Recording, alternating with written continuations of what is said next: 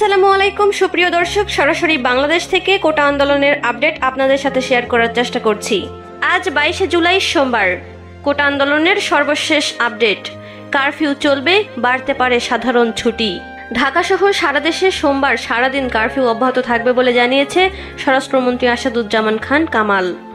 এদিকে জনপ্রশাসন মন্ত্রী ফরহাদ হোসেন জানিয়েছে, সারা দেশে কারফিউ অব্যাহত থাকলে সাধারণ ছুটি বাড়ানো হবে। রোববার রাতে স্বরাষ্ট্রমন্ত্রী এক সংবাদ সম্মেলনে জানিয়েছেন, সোমবার বেলা 2টো থেকে বিকেল 5টা পর্যন্ত কারফিউ শিথিল থাকবে। 5টার পর আবারও কারফিউ শুরু হবে। তবে মঙ্গলবার থেকে ঢাকা মহানগর এবং ঢাকা জেলা, নারায়ণগঞ্জ, নরসিংদী এবং গাজীপুরের কারফিউ কতদিন চলবে, কতক্ষণ শিথিল থাকবে তার সিদ্ধান্ত নেবে স্বরাষ্ট্র মন্ত্রণালয়। বাকি জেলাগুলোতে এ সিদ্ধান্ত নেবে জেলা প্রশাসন।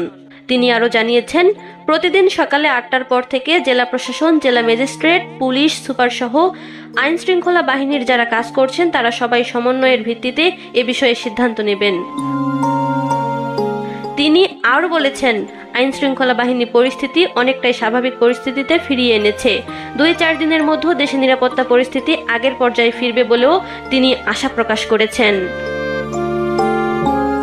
কিন্তু এদিকে সরকার সুপ্রিম কোর্টের রায়কে স্বাগত জানানোর পরেও কোটা আন্দোলনের কয়েকজন সমন্বয়ক জানিয়েছে, শিক্ষার্থীদের মৃত্যুর ঘটনায় বিচারের দাবিতে তাদের আন্দোলন চলছে এবং চলতেই থাকবে। দর্শক, সবথেকে গুরুত্বপূর্ণ নিউজ হলো, কোটা আন্দোলন নিয়ে মঙ্গলবার থেকে শুরু হওয়া সহিংসতায় এ পর্যন্ত বাংলাদেশে অন্তত 133 জন নিহত হয়েছে, আহত হয়েছে কয়েক হাজার মানুষ। দর্শক, এই ছিল সর্বশেষ আপডেট। পরবর্তী আপডেট আসামাত্র পাওয়ার জন্য আমাদের চ্যানেলটি সাবস্ক্রাইব করে নোটিফিকেশন অন করে রাখুন। ধন্যবাদ সবাইকে।